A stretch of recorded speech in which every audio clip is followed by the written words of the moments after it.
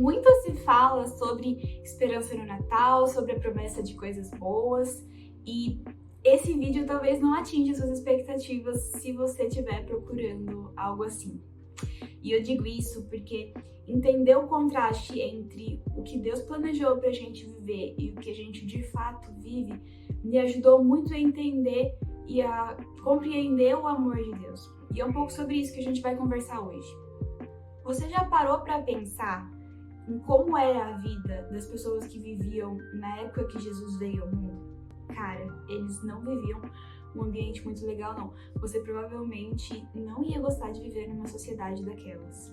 Pela Bíblia, a gente sabe que haviam muitos endemoniados, muitos doentes, muita confusão no meio religioso e, ao mesmo tempo, muita sede pela verdade. Era um cenário caótico. Agora, imagina você vivendo nessa sociedade, num lugar onde os demônios passeavam tranquilamente e podiam possuir alguma das pessoas que você ama, destruir a vida deles, ou você mesmo podia estar sujeito a esse tipo de coisa. Imagina você vivendo em um lugar onde existia abundância de doenças e muito pouca esperança para uma vida melhor. Então, uma pessoa que tinha problema de visão, ela já nascia com a certeza de que ela nunca veria algo na natureza, uma flor, o nascer do sol, ou então que nunca iria enxergar com a nitidez que Deus fez a gente para ver. As pessoas que nasciam com algum outro problema físico, motor, de locomoção, elas também não tinham a esperança de poder se locomover, de pular, de correr. E nesses casos de doença ainda era um pouco pior, porque além de não haver muita esperança, todos naquela sociedade, eles diziam que aquilo era decorrência do pecado de alguém da família. Ou seja, alguém na família deveria ter pecado para que aquela pessoa nascesse com alguma dificuldade. E aí, além das dificuldades da vida e das dificuldades que a pessoa carrega por conta daquela doença, ela ainda podia se sentir injustiçada, ou ela podia se sentir culpada por causa do nome da família, por ter trazido aquilo ao nome da família. Imagina você sem Google, sem internet, sem livros, buscando saber a verdade sobre essa vida, sobre o que existe depois dessa vida, sobre Deus, sobre quem Deus é, sobre como a gente deve viver, se existe esperança ou não, ou qualquer pergunta que você tenha na sua cabeça, a resposta provavelmente não ia chegar até você. Isso porque todo o conhecimento ele era monopolizado em um grupo pequeno de pessoas que eram os líderes religiosos e alguns deles corromperam os ensinos. Para você ter uma ideia, na época de Jesus, eles chegaram ao absurdo de ter 2 sumos sacerdotes, Anás e Caifás. E eu falo que isso é um absurdo porque, pelo modelo bíblico, nós só temos um sumo sacerdote, sabe? Uma pessoa que intercede de fato por nós, que é Jesus. Tá ruim, né? Calma, fica pior. Pela história, a gente sabe que já tinham se passado 400 anos que não havia profeta sobre a Terra. 400 anos sem comunicação de Deus direta com o seu povo. A gente sabe que onde não existe profecia, o povo se corrompe. E foram 400 anos que toda essa corrupção foi se acumulando, foi crescendo, toda essa maldade, toda a devassidão, todo o pecado foi crescendo até que chegou em um ponto que o pessoal estava vivendo naquela sociedade que era um estado caótico. Tava todo mundo ali perdido, tava todo mundo ali vivendo aos cacos. Imagina você vivendo numa sociedade desse jeito. Gente, aquilo era um deserto espiritual. Não havia a menor possibilidade de sair vida dali. Não existia. E é por isso que Isaías escreve no capítulo 53, no verso 2, que no meio do deserto nasceu um renovo. A sociedade ali era um deserto. E da onde não saía vida, porque não nasce vida numa terra seca, num deserto, nasceu o Salvador do mundo. Quando não havia mais esperança, não havia mais vida sobre a terra, a gente estava aqui continuamente se destruindo, Jesus vem. E ele vem para salvar a gente da morte eterna e da destruição que a gente trouxe pra gente mesmo. Só isso já me leva para uma reflexão absurda sobre a maldade do ser humano, sabe? O quão distante o pecado pode levar a gente.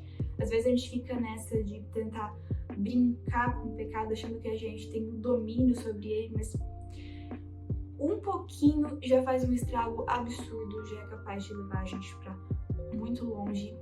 E assim, não existe vida longe de Deus, sabe? Não existe vida longe de Deus.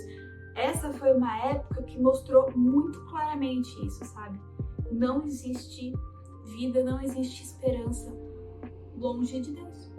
A gente estava totalmente perdido. Mas aí acontece algo incrível que eu quero ler com vocês. Eu vou ler um trecho de um livro que chama O Desejado de Todas as Nações. E esse trecho nunca mais saiu da minha cabeça. Na verdade, assim, tudo isso que eu tô contando pra vocês, eu ouvi em um podcast que chama Biblecast. E, gente, é assim, um dos melhores podcasts que eu já ouvi na minha vida. Faz um tempão que eu ouvia ele e às vezes eu ainda ouço episódios repetidos. Ele é do Pastor Diego e do Pastor Júnior. Eu vou deixar o link aqui embaixo, tanto do podcast quanto do YouTube, se você quiser conferir. E, cara, assim, eu ouvi esse podcast já faz alguns anos e desde que eu ouvi todo o Natal, ele ecoa na minha mente, sério. E durante o ano também. E assim, sendo sincera, eu acredito de verdade que isso é uma coisa que precisa ser gritado pelos 4 cantos da terra, sabe? Todo mundo precisa saber a intensidade do que aconteceu naquele estábulo, naquela manjedoura. Olha só o que o texto diz. Com intenso interesse, os mundos não caídos observavam para ver Deus levantar-se e assolar os habitantes da terra. E fizesse Deus assim, Satanás estaria pronto a executar seu plano de conquistar a aliança dos seres celestiais, declarar a ele que os princípios de Deus tornavam impossível o perdão. Houvesse o mundo sido destruído e teria pretendido ser injusta das suas acusações. Estava disposto a lançar a culpa sobre o Senhor e estender a sua rebelião pelos mundos acima. Em lugar de destruir o mundo, porém, Deus enviou o seu Filho para salvar. Embora se pudesse por toda parte do desgarrado domínio ver corrupção e desafio, foi provido um meio para resgatá-lo. Justo no momento da crise, quando Satanás parecia prestes a triunfar, veio o Filho de Deus com a embaixada da graça divina. Gente, vocês entenderam o que a gente acabou de ler? Olha isso! Quando todos os seres celestiais esperavam que Deus se levantasse para destruir a terra, ele se levanta. Mas ele não vem para destruir, ele vem para salvar. Ele vem para resgatar. E cara, foi isso que aconteceu. O nascimento de Jesus, ele não é sobre uma esperança que a gente vive no dia 25 e esquece o resto do ano, sabe? Ele não é sobre a gente desejar coisas boas pro ano que vem. Ele é muito mais do que isso. É uma esperança que salvou a nossa vida. É sobre uma esperança que precisa ser lembrada todos os dias da nossa vida. É sobre uma esperança que mudou a história desse mundo. É sobre uma esperança que só existe por causa dele. Sério, não dá pra gente compreender o quão grande é o que aconteceu naquela manjedoura. Não dá pra compreender tudo o que estava em jogo quando Deus decidiu abandonar o seu trono para vir para a terra, viver como um ser humano, viver como um de nós, para morrer em sacrifício no nosso lugar, sabe? O castigo que nós merecíamos, ele tomou sobre si. E isso me deixa assim tão reflexiva que eu não sei se eu vou conseguir terminar esse vídeo agora.